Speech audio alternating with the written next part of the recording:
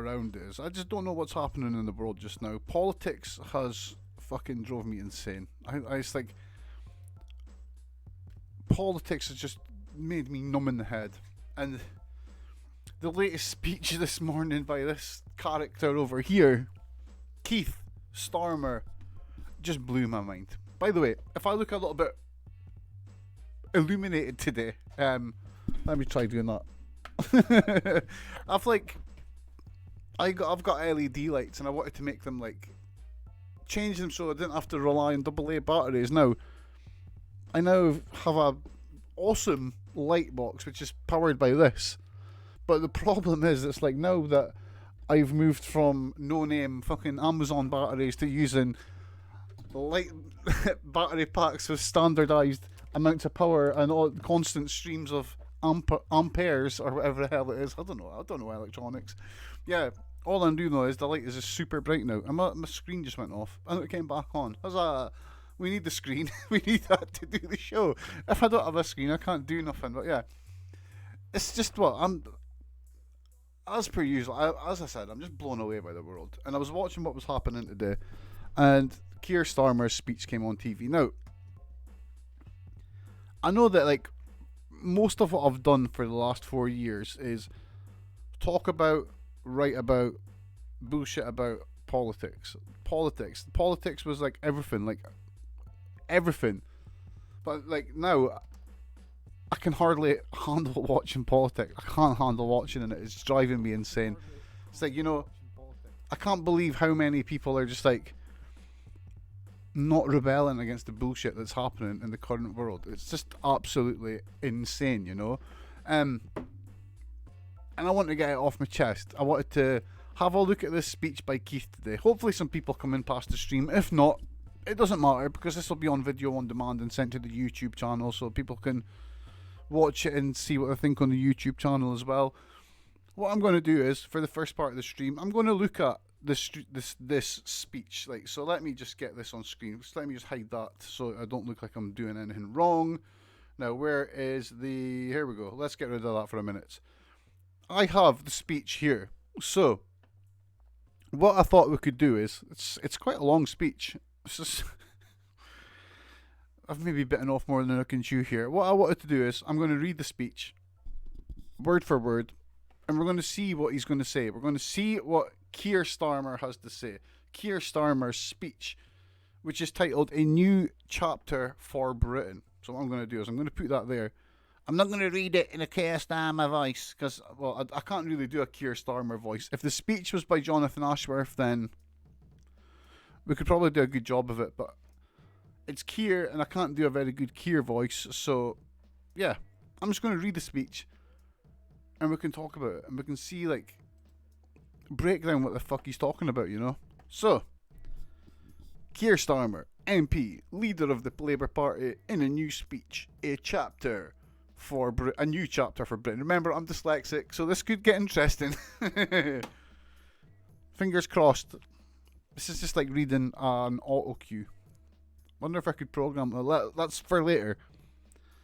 Let's start this, okay? When I went to one of our brilliant vaccine centres a few weeks ago, I saw something extraordinary. People arriving by the dozen, with anxiety etched across their face. Many hadn't been out of the house for months, but as our brilliant NHS vaccinated them, I saw their anxiety drain away.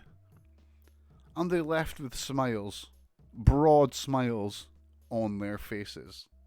It's that spirit of hope and optimism that I want to start with today. A spirit we've seen too little in the last year. Okay, so what is he talking about in this? This first bit is just bump. He's just basically saying that vaccinations are the key. That's what this says. It's like vaccinations are the key, and people are loving the fact that they've been vaccinated. Now remember that when people leave after getting a vaccination, they're probably smiling, like, yeah, the world is my oyster, until the realisation that not much has changed sinks in later on when they get home. A dedication to our frontline workers, the skill of our NHS, the brilliance of our scientists, and the solidarity of the British people now point the way to a better future for our country and allow us to glimpse how we can thrive again as a nation. COVID has shown us the best of Britain. It's shown us our fragility. See, what the fuck is that line? COVID has shown us the best of Britain. Jesus, man. Like, come on. COVID has only shown us... COVID has shown us that Britain has some nice people in it. But it has absolutely shown us how fucking broken our systems are. It's not just shown how fragile things is, it's shown how absolutely... Like, fragile means that things are close to breaking, you know? Like, fragile is something that is not yet broken. You've got to treat carefully so it doesn't break. The system in Britain is broken. Beyond fragile. But I digress. The virus has a deadly ability to find the most vulnerable and to expose deep inequalities and... Fucking Jesus Christ. That's not the virus didn't do that. The virus didn't find vulnerable people and expose them to deep inequalities. Fucking conservatism did that. We have to seize this moment to address them. I believe there's a mood in the air, which we don't detect often in Britain. It was there in 1945, after the sacrifice of war, and it's there now again now. I mean, of course, it stands to reason you weren't going to detect the post-war mood of the country in any other time other than post-war fucking Britain. God damn it, this is just utter tripe. It's the determination that our collective sacrifice must lead to a better future. In a few weeks' time, we'll have a budget that will offer a simple choice, a fork in the road. We can go back to the same insecurities and unequal economy that's been so cruelly exposed by the virus. Or we can seize this moment and we can go forward to a future that's going to look utterly unlike the past. Again, that stands to reason because history doesn't repeat itself. Things are always different. Rhetorical pish. The choice will define the budget. That choice will define the next election. Reaching there, mate. We know that the Conservatives say they want to do it. They want to build back. But I don't want to go back. We can't return to business as usual. Well, yeah. And certainly not to an economy rooted in insecurity and inequality. I mean, yeah, I agree with that. I want our country to go forward, to embrace the change that's coming in science, technology and work, and be ready to face the future. Today, I want to set out how we can build that future together. COVID is not only the worst health crisis in memory, but the biggest economic convulsion in 300 years. Now, that's pretty true. This little last portion we've read here, it's hard to disagree with that. It's like, although this bit here, I want to embrace the change that's coming in science, technology and work. That's all very well, but that is just sheerly aimed at business. We need change that starts at the people, the person. Like, we need to emancipate people from poverty. We need to lift people out of the shit situations they're in at the moment. This is just focusing on helping the people with money do a bit better, so they can maybe help people, give one other person a job. That's not going to help things. I realise my hat is all skew with today. That's better. Okay, let's continue. Today, I want to set out how we can build that future together. COVID is not only the worst health crisis in memory, but it's the biggest... Okay, we've read this bit. We have the worst death toll in Europe and the worst economic crisis of any major economy. I've said a lot about the incompetence of the government in handling the pandemic, and I make no apology for that. Why would you apologise for holding an incompetent government to account? Why would you even say that? Like, I make no apology for that. It's like, who's he defending himself against? Like, I'm not saying sorry for that. Like, no one's telling you to say sorry for that, mate. That's your own conservative inner brain that's telling you that you should apologise to government. You idiot. Ugh. They've been slow at every stage. They've ignored advice. They haven't learned from their mistakes. Yet, a government out of its depth. It's not even half the story.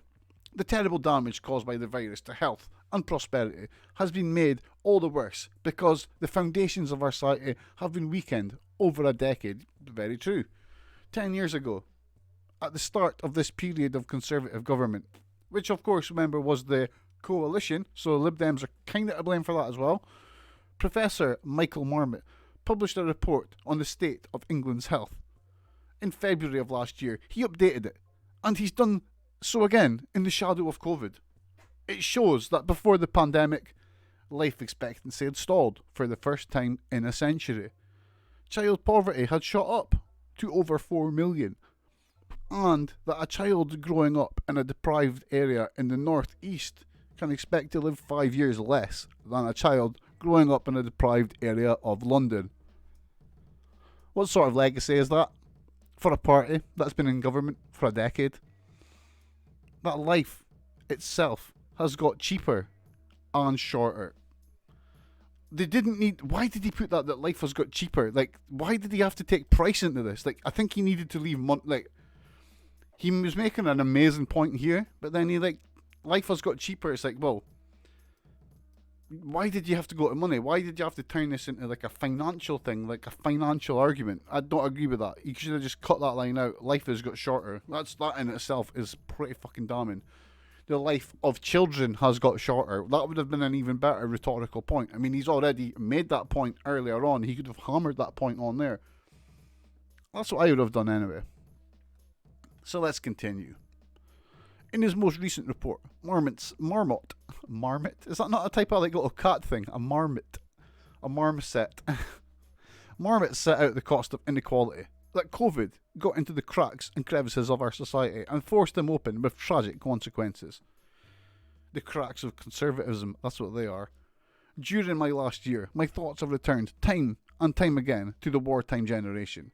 Those who suffered through the horrors of World War II, who rebuilt Britain from the rubble of the Blitz, created the NHS, and built millions of homes fit for heroes.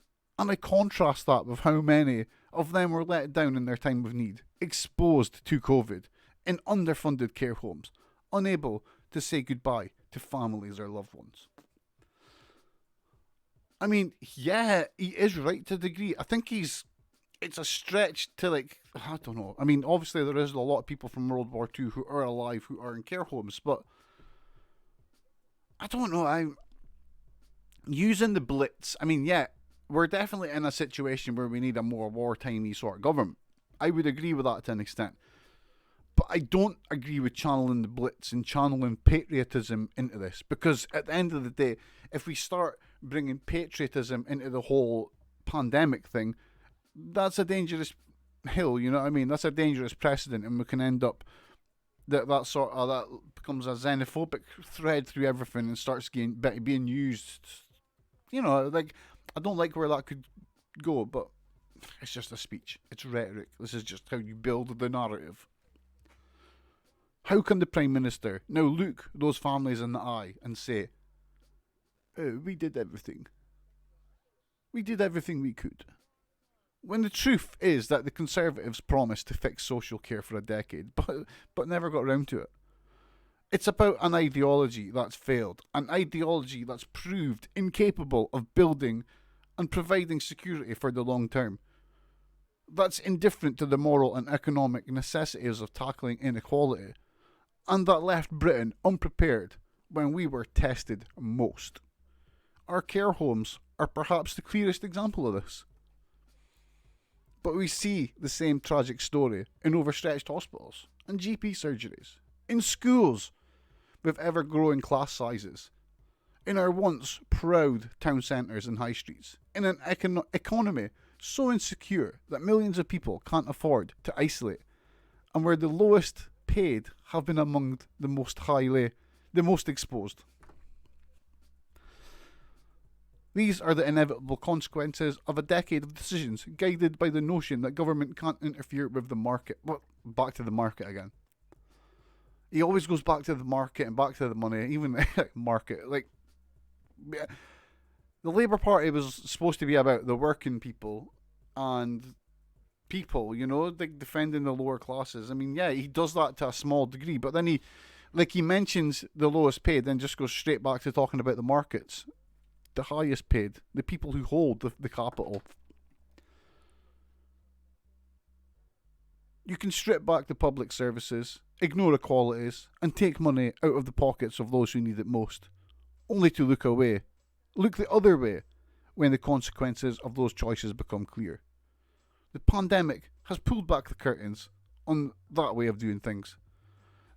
This must now be a moment to think again about the country that we want to be. A call to arms, like the Beveridge Report in the 1940s. A chance to diagnose the condition of Britain and to start the process of putting it right. Right, well, that's a fair line, but we can diagnose the problem with Britain very easily. It's conservatism. It's a ideology of conservatism and ideologies which focus on making sure the rich can continue to hold their riches and be richer at the expense of everyone underneath it. We need something different in this country now. And he is not that, because he is definitely not that. He's part of the system. He's a sir. He was the chief prosecutor for the Queen. He is the state. You know what I mean? Boris, he's probably more conservative than Boris, I would say. He's more suited to be Keir Starmer is more suited to be the leader of the Tory party than Boris is. Fact. But let's get back, because I don't think we've got, well, I hope we've not got much of this speech left. That's the path I would take in the March budget. To begin a new chapter in the history of our country and to equip Britain for the opportunities of the future. But I fear that Conservatives are incapable of seizing this moment. We know that. That's absolutely true. That what we get on March 3rd, I don't like when people write it like that, will be short term and won't even be a fix. That's correct, because it'll just need to be expanded on. Successive Conservative Prime Ministers have used the rhetoric of change, of northern powerhouses, burning injustices, or levelling up. But all it ever adds up to is a few sound bites and the odd photo opportunity. The truth is, whoever their Prime Minister is, the Conservatives simply do not believe that it is their role to tackle inequality or insecurity. They believe a good government is one that gets out of the way, rather than builds the path to a more secure future. You can get away with that in the short term, perhaps even for a few years, but after a decade the results are obvious, and so are the mistakes the Conservative Party are making today. They are mistakes.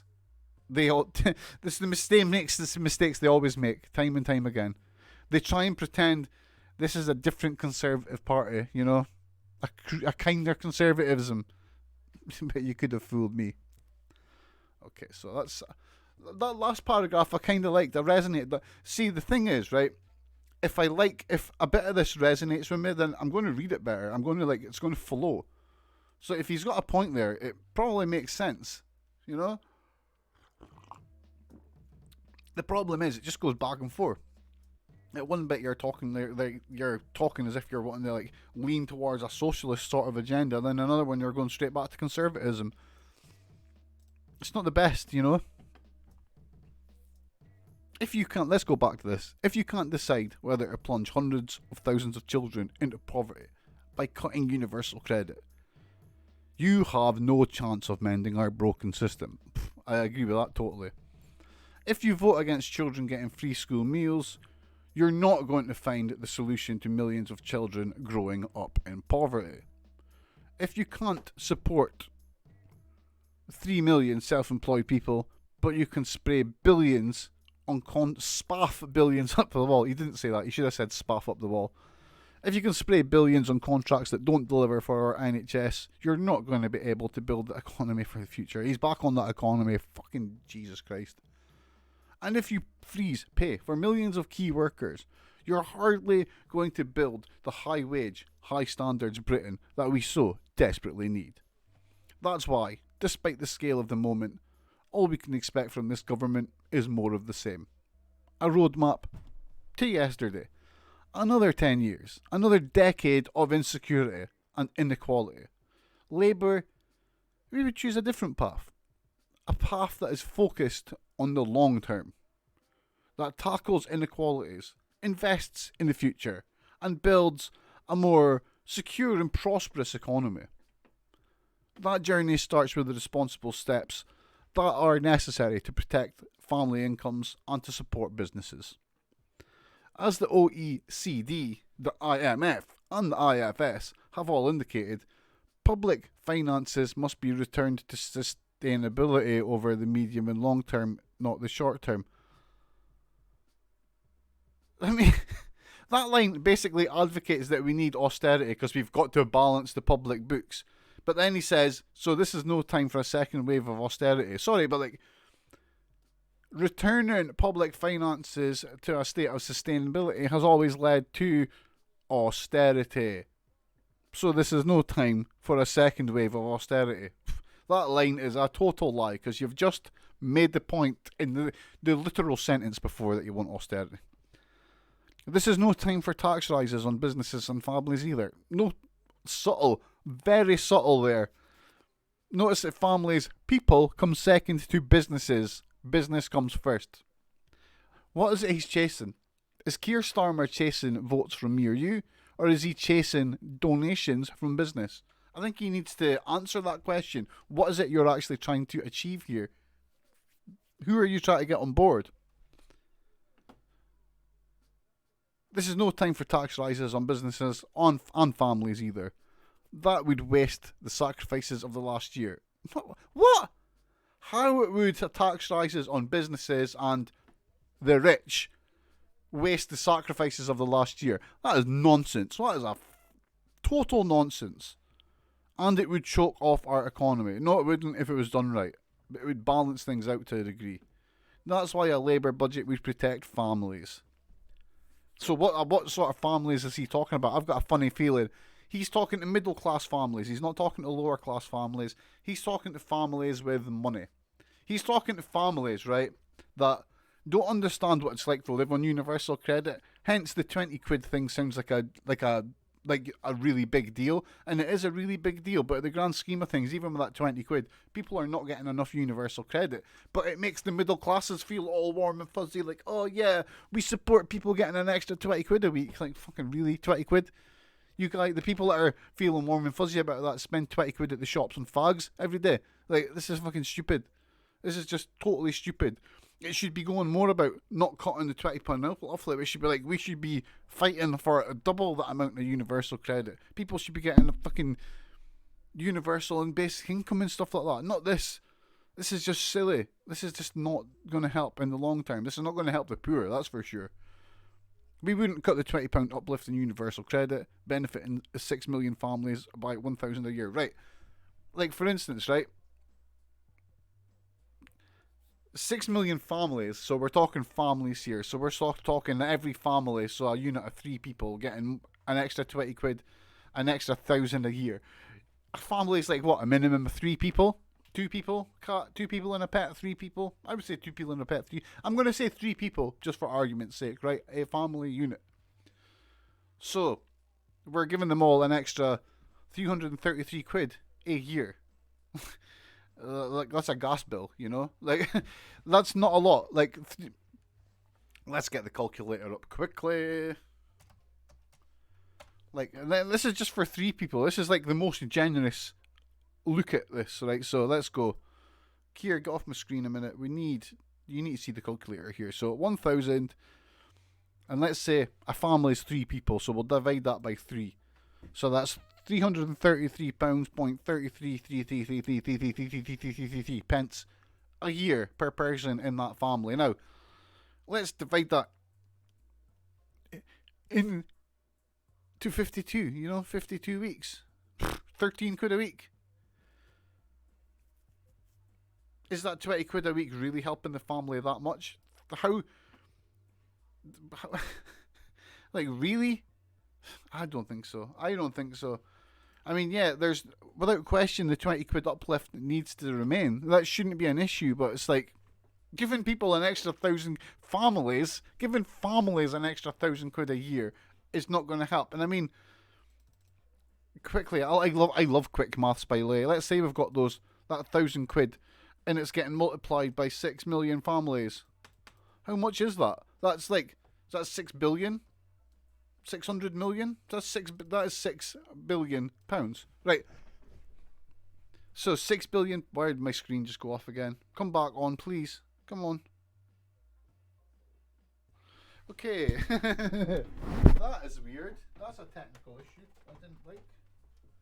So my screen has just went off. Okay. There we go. There we go. So yeah, that would cost 6 billion a year. I'm pretty sure we wasted more than 6 billion on fucking rubber gloves in the last 6 months. It's bullshit. It's totally bullshit. Let's get back to the speech. So I'm bad for getting sidetracked. We'd provide local governments with the funding they need to prevent huge rises in council tax. And we'd end the insult of a pay freeze for our key workers after they've given so much. Right. The funding needs to come from the rich, I'm afraid. You need to start taxing businesses. Like, fun fact, right? I've said this before. I used to work in local government finance for a council in the Aberdeen area. It wasn't Aberdeen City, it was in the Aberdeen area. There's more than one council here. And yeah, I worked in finances, so I had to make council tax bills and business rates bills and all that sort of stuff. And, like, there are some businesses that literally pay like 20 million a year. 20, and that's not even a scratch in the surface of what they could pay. I like using where I stay as a good example of this sort of lack of corporate responsibility, because I live in Aberdeen. It's known as the oil city. You know, like all the biggest oil companies are here. They've all got a presence here because we're like a connection to the North Sea oil. Now, Aberdeen's seen, in the last 10 years, the Aberdeen I remember is long gone. Like, we used to have loads of sports centres, facilities. There used to be loads to do. There was parks, there was green grasses, there was playing fields. You know, it was a nice city. Now, over the last 10 years, things have closed down. It started with community centres, then it moved to sports centres, then it moved to schools closing down so they could go to big super schools like miles away from anyone. And it's all just got ridiculous. It's like I wouldn't say it's a rationalisation, because they've just cut down as much stuff as they could. And they do this, like, whilst everything's getting closed down and stuff like that, these oil companies that all operate from Aberdeen still make billions a year. And I've always thought, it's like, where's the corporate responsibility from these guys? I mean, sure, they pay business rates and that, but business rates are a drop in the bucket for these guys. Why are they not paying more? Like, why are all these oil companies that are in Aberdeen, why are they not helping the people at Aberdeen? It's like, they've profited so much from this city. Why are they not putting it back? Another company that I actually love to single out is First Bus. First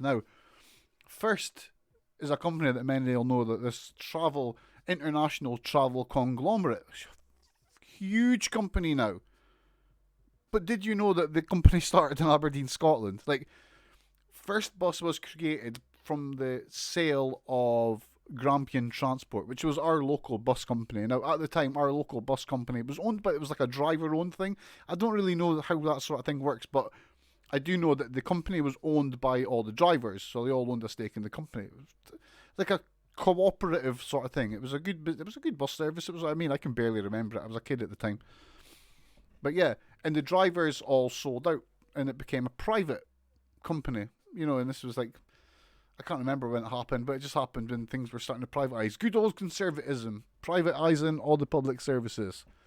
And that is how First Bus was born, from Aberdeen bus companies doing that. Now, in return, what have First gave Aberdeen over the years? We've got the most expensive bus services in the country. And they're fucking terrible. They're absolutely terrible. Like, there's one route from the city centre to where my mum stays in the area of Kincorf, which is only like 3 miles. It costs more per mile to travel on First Bus in Aberdeen from the city centre to Kincorf than it does to fly per mile from Aberdeen to London on a British Airways jet. And I'm not, obviously not just now during the pandemic, but like, I did the maths. This is like totally true. And like, I could even stretch it to like a first class jet to London is cheaper per mile than it is travelling on the buses in Aberdeen. And that's what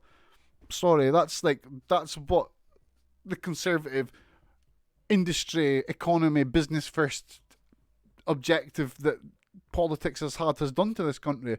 Like, Aberdeen, like, We get no help from oil companies. The oil companies have done nothing to stop sports centres closing, but they've done everything to keep making millions and keep sending people from Aberdeen to work in their oil fields. First Bus, like, literally became like $1 billion company from this city, and they've just like done nothing but shit on it from their whole existence. Like, they've treated the people at Aberdeen with contempt the entire time.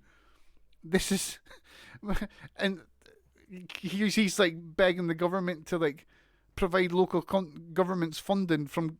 It's like, dude, the answer is there. You need to balance the economy by like taking a bit from the rich. You know, it's about time that the people that have earned billions off of all our bucks show a bit of corporate responsibility. If we did that, then you wouldn't need to worry about raises in council tax, because the councils would have the funding they need. The businesses would pay back. They would pay back to the cities they're in. They would, I mean, show a bit of corporate responsibility. We even need people. There's so much to this could be sorted just by like making the rich. Like, I'm not talking about people that have just got 100 grand in the bank, or even people that have just got like 200 grand in the bank. But I'm talking about the multi-millionaires. It's about time they all started paying back what they've got, because the greed in this country is just out of control. There's people that have got nothing, like, and I know this for a fact because I'm in that pile. There's people that have got nothing, whilst at the same time there's others, they make millions by not doing a fucking thing.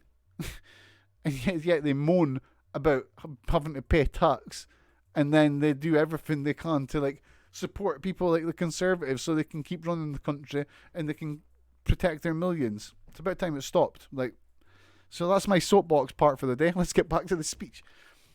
A Labour budget would also back British businesses by extending business rates relief, by easing the burden of debt that weighs down so many businesses, and by extending and updating the furlough scheme so it is better to help people back into work. You need to scrap the furlough scheme, bring in a universal basic income, fucking just fix everything overnight. We'd also fix the gaping holes in the government's Kickstart job scheme. It shows how badly this government has let down young people, that on average 282 young people have become unemployed every day, but the government's flagship scheme only supports 13 jobs a day. That's one job supported for every 22 jobs lost by young people. We also need to use this budget to build a more sustainable, secure economy for the long term. The Chancellor is pinning his hopes on for the recovery on short-term consumer spending. That is fucking lunacy. But as the Bank of England has said, the vast majority of savings built up during the pandemic won't be spent. That's understandable, but it won't help rebuild our country, and it won't do much to help the savers. There's an opportunity here to think creatively, to build on the spirit of solidarity we've seen in the last fucking hell. Kier Starmers talking solidarity, what a joke. To forge a new contract with the British people. Now,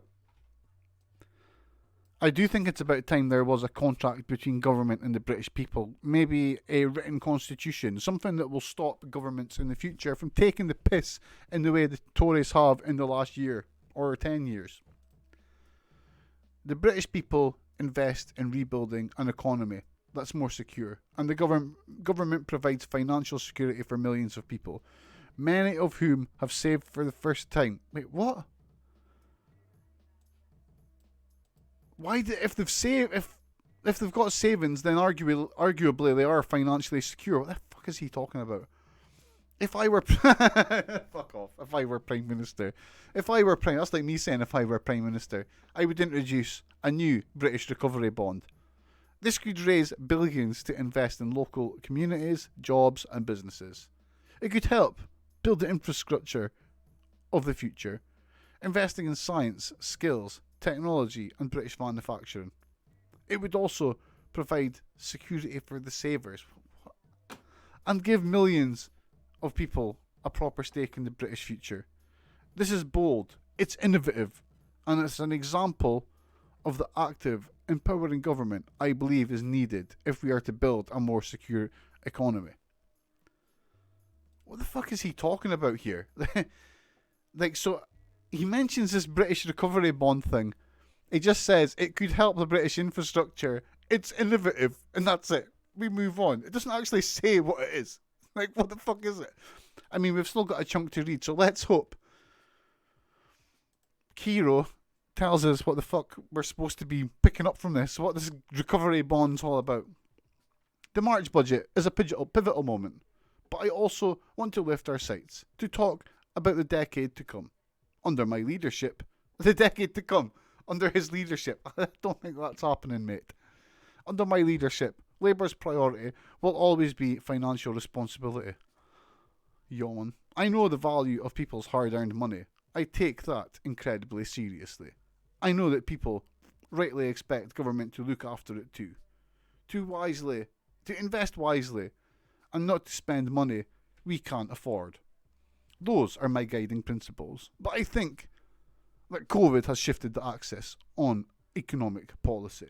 Both what is necessary and what is possible have changed. The age in which government did little but collect and distribute revenue is over. The mistakes of the last decade have made sure of that. Like, again, he doesn't say what he's doing. He's just saying things. Like, the mistakes of the last decade have made sure of that. The time's going to change. Like, what? So, I believe people are looking for more from their government, like they were after the Second World War. They're looking for a government to help them through difficult times, to provide security, and to provide a better future for them and their families. A government that knows the value of public services, not just the price in the market. A government that invests in British skills, science, universities and manufacturing, that provides world-class education for all our children, and whose driving mission is to tackle inequalities from birth. This is just complete aspirational shit, this. Like, a government that can ensure people don't have to leave their hometown to have a chance of getting a good job, and won't leave university with crippling debt. Like, sorry, how are you going to do that? Are you gonna just run, like, for me, for instance, right? I just got a degree in media. Are you gonna just create a TV studio in Aberdeen for me so I can go and work in media? Like,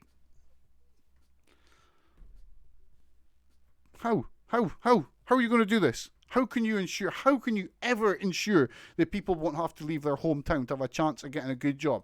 What if someone stays in fucking Wick? What if someone stays in what's it called, John O'Groats? Someone works in John O'Groats and they want to work in fucking finance. Sorry, are you going to build a stock exchange in John O'Groats? That's a fucking stupid thing to say. That can build a new generation of affordable homes and not stand idly by while millions are denied the dream of home ownership. Right, mate? People need to start fighting against this affordable home shit. Affordable homes means affordable homes in Aberdeen are over 100,000k. They're not affordable. They need to work on building council homes, local government supplied homes that people have the option of then buying after they've stayed in them for like 4 years. That way people can have home ownership in a way that is truly affordable. They can live in the house. They can become theirs. They can have a stake in the house. Then once it feels theirs, they can have the opportunity to buy it at a reduced rate, like people used to be able to do. The problem is rent to buy and like buying homes from local government scheme is something that has worked.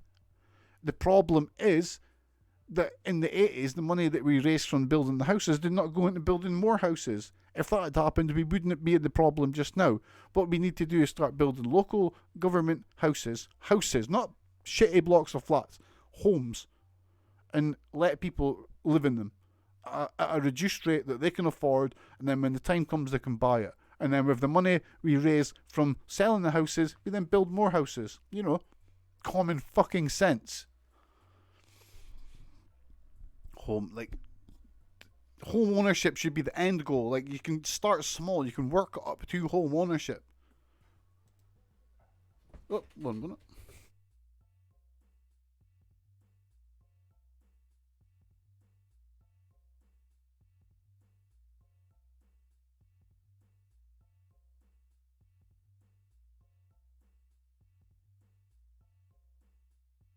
I thought it was the door. It was just the good old postie.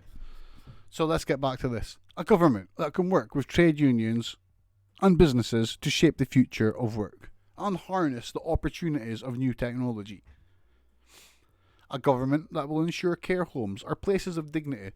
A government that reflects our values on the world stage. Now that one's actually, I mean, is he saying that care homes at the moment don't treat people with dignity? Because that's quite a damning line. We've got to remember that whilst government oversee a lot of things, they don't run many care homes.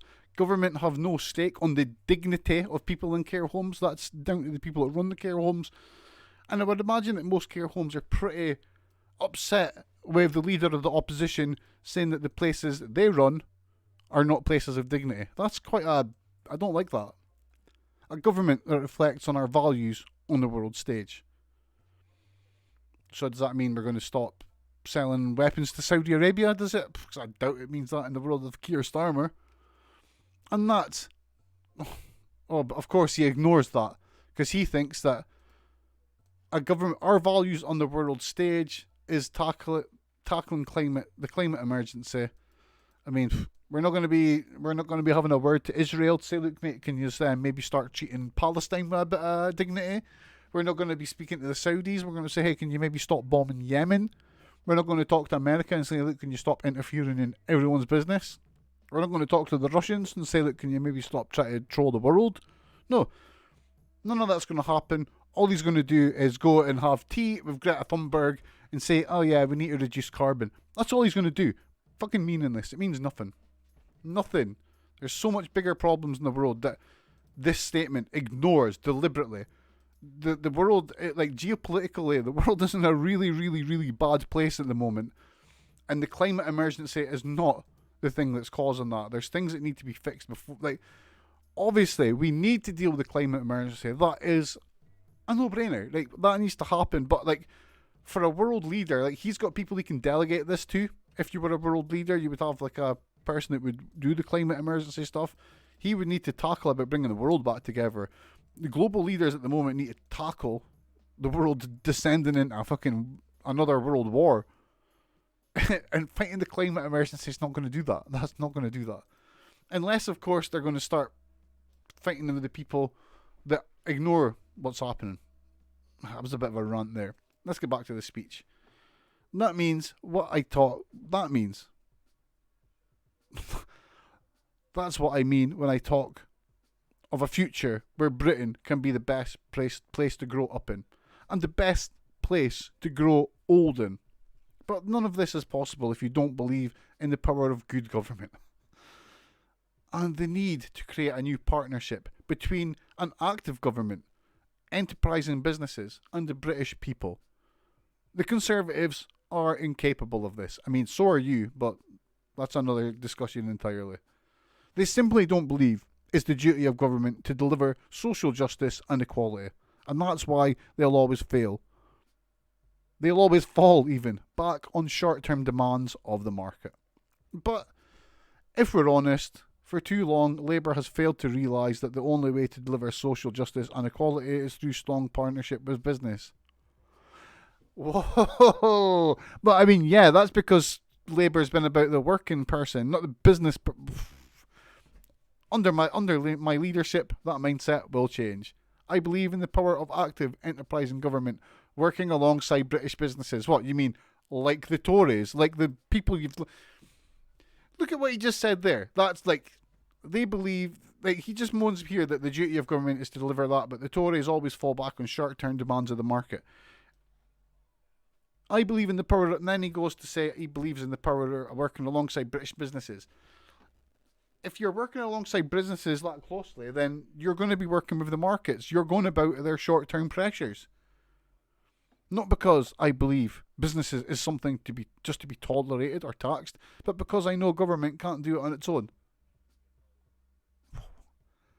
And that a new partnership with British businesses is the only way to build a secure economy, strong families, and a prosperous country. The vast majority of businesses know this too. They know the days of ignoring their social and climate responsibilities are long gone. In fact, Many businesses are waiting for politicians to catch up. Fuck off, are they? Yeah, businesses are just dying to start chucking money out to people, you know? The billionaires are just dying to give away their riches. Fucking what a load of shit. And my vision of the future is also personal to me. My dad worked on the factory floor all his entire life. A steady, secure job allowed him to build a better life for his family. That's why, when I think about business, I see a source of pride, dignity and prosperity. Wait, what? He literally just says there his dad worked for someone their entire life on the factory floor. But yet he still thinks the business, which will have underpaid his father the whole time, unless his dad was a manager there, but it clearly wasn't because he was on the factory floor the whole time. So, like, ironic. It's like, and I know there is no vision of a future where Britain fulfills its potential in which businesses do not thrive. Business again. That's why, if I was Prime Minister, I'd back a new generation of British entrepreneurs. Well, that's fair enough. By providing startup loans for hundreds of thousands of new businesses across every region of the UK. Yeah, I'd love some of that. It's sadly you're never going to be Prime Minister, so this is fucking pointless. For too long, businesses have been concentrated in too few parts of our country. This doesn't reflect where our talent lies and stifles potential. True debt. This is just a start in addressing that. But we can't afford to ignore it any longer. People often ask me why I want this job. The answer is simple. To change people's lives. Because when I see injustice, I want to put it right. Fucking hell, super Kier. That's not just about policy choices. It's an utter determination that pulses through my veins. Fucking hell, he's really like selling up the like I'm a superhero angle here, isn't it? Like I was born to do this. That's why I went into law. It's why I spent 2 decades fighting human rights cases.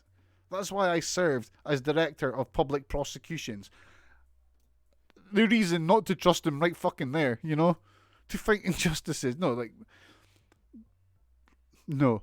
In Scotland, that would be known as the boss of the Procurator Fiscal. That means there's the boss of the Crown. Like, no. To fight injustices and to help keep our country safe.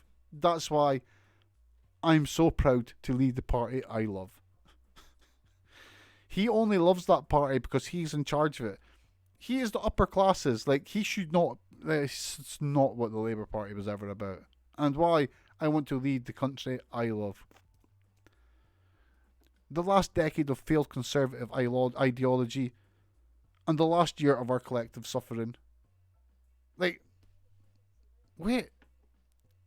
That doesn't even have full stop. What the hell does that mean? The last decade of failed conservative ideology and the last year of our collective suffering demand that we now create a new...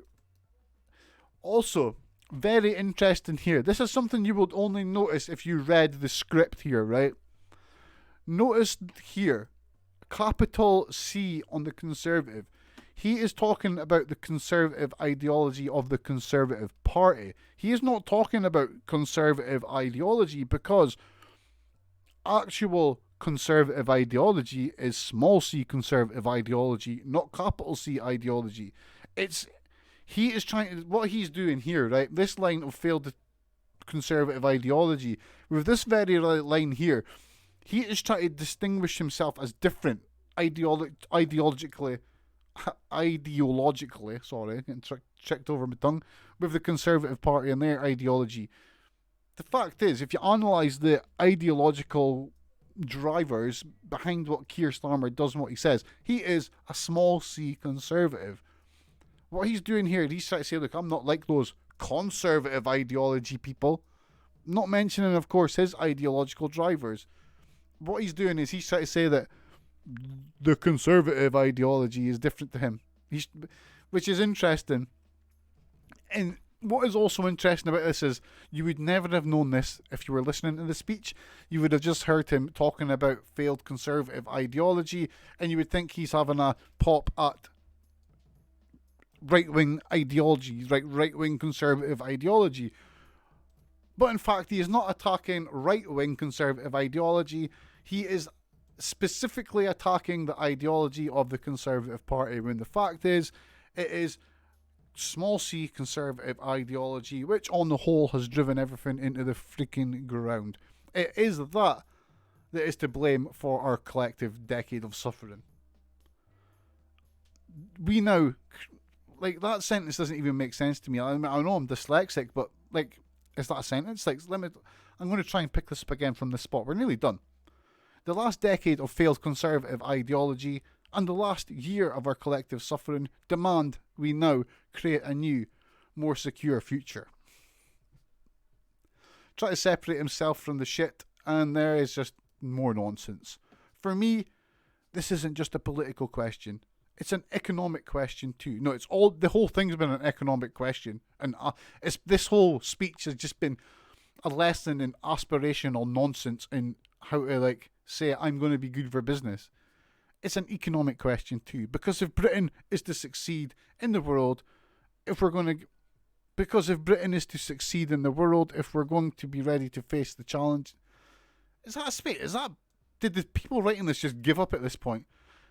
It's an economic question too, because if Britain is to succeed in the world, if we're going to be ready to face the challenges of the 2020s and the 2030s. No, it wasn't just me. It's just a terribly... That should have a comma there. Labour Party. God damn it, you're getting... I just managed to grammar check the Labour Party. Take that. Fucking hell. That is a damning indictment of whoever wrote this article. Although, that said, I have worked as an amateur copy editor, so I will notice this sort of things. I'm dyslexic, but I've got quite good at checking other people's writing. Proofreading. We can't waste anyone's talents anymore. We can't accept that some regions of our country are going to be held back. We can't accept that if you're born into a deprived background, you'll have worst life choices. Or if you're from a black, Asian, minority background ethnic communities, you'll face structural racism and discrimination at every stage of your life. The Britain of the future, the Britain I want to build, is going to need the talents of everyone. Inequality is not only morally bankrupt, it's economically stupid too. Economic again. A fair society will lead to a more prosperous economy, so it will lead to loads of people making more money. It's not the choice of one or the other, as the Conservatives would have you believe. Well, yeah, it actually is. We have the choice of both, or we have neither. Harold Wilson once said that the Labour Party is a moral crusade, or it is nothing. He was right. Yeah, he was right. You are not, Keith. You are not.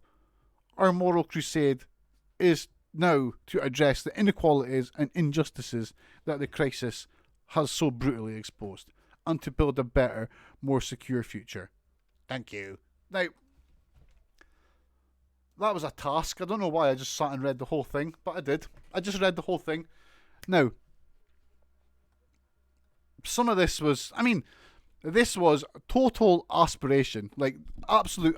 Nothing in this speech was not aspirational. Like, which you would expect, because this is a man who thinks he... from this... Kier Starmer generally thinks he's going to be Prime Minister one day. I kind of feel a bit bad for him in some ways, because it's like, dude, you're not going to be Prime Minister. You should just, give up on that. You should try doing something else. Just take a year off and become a pundit on BBC, you know what I mean? It's like, there's going to be spaces coming up. There always is. The majority of his view seems to be that business is the way to fix things, and helping businesses be businesses and make more money is going to be the solution to the UK's COVID-19 problems. And it's just fucking nonsense. So much nonsense in it. This part here, I've just scrolled back up here, because this is what I guess most of this speech was about, because the budget is coming in the next few weeks, and he wanted to lay his case out before the budget, so to speak. So, this, as I already ranted about quite a lot, he's like, we wouldn't cut the £20 uplift in universal credit, benefiting 6 million families by 1,000 a year. It's like a whole 1,000 a year. Really? Come on. This is just a nonsense. Like, it stands to reason the universal credit uplift should be kept, but it shouldn't just be kept. It should be like quadrupled. Like, people need money to live. Universal credits barely went up. It's already a massively unfair system. It should have went up a lot more than that, and it's going to need to keep going up. They should have, I think the Labour Party are scared to say we need to scrap universal credit and take in a universal basic income, because the last time they even inferred that sort of thought, right-wing media rhetoric started saying that, oh, you want to end universal credit? You want to take people's money from everyone? It's like, that's not what they said in the slightest. Universal credit is horrible. It is a disgustingly horrible system. It needs to be ended. It needs to be ended and replaced with something. Now, me and millions of other people in the UK believe that a universal basic income is the way to fix this. The common thought within Labour Party supporters and activists is that a universal basic income is the best solution here. Yet the only person in the Labour Party, or the only people in the Labour Party that don't seem to agree with that, are Kier Starmer in the shadow cabinet. And they're just rallying against this. I mean, this whole thing, we wouldn't cut the £20 uplift. There are Conservative politicians that are fighting this. And I'm not even joking you. There's been votes. Conservatives have voted against the party in the last month on this exact issue. This is there's a sizable amount of Conservatives who are making this exact same argument that we shouldn't cut the £20 uplift. And the fact is, when we get to the budget next week, it is highly unlikely that Sunak is going to cut that, because at the moment, government need every single bit of good PR they can get, because they are a bunch of idiots. They are totally inept, and if they cut that, then that's just even more heat for them. Sunak is going to want the media to be nice to him coming off after this mini budget. So he's not going to cut the universal credit 20 quid, whatever it is. It's just never going to happen. And Kier knows this. And putting in this is just, I mean, yeah, rhetorically it makes sense for him to put this. It's an easy punch. It's a free hit, know what I mean? But at the same time, he could have went further there. He could have said that we don't just want to block the £20, the cut to the £20 uplift. We want to change how universal credit works. We want to change universal credit into a system of universal income. That could have been did there. Then he goes on about this one. We'll provide local councils with the funding they need to provide huge rises in council taxes. So he doesn't say where we're getting the funding from, which is worrying in itself. But then at the same time, like later on down in the speech a bit, he starts talking about social responsibilities. But nowhere does he talk about the super rich paying back into the system, or businesses that earn billions paying their share back into the system to help the communities which help them make their money. And then, I mean, this is just, we'd end the insult of a pay freeze. I actually thought the pay freeze was ended, but I'm not paying that much attention at the moment. So I can't argue with that. He says that his idea is bold, and now this bit is another corker. Starmer used this speech to announce or to introduce his new British recovery bond, right?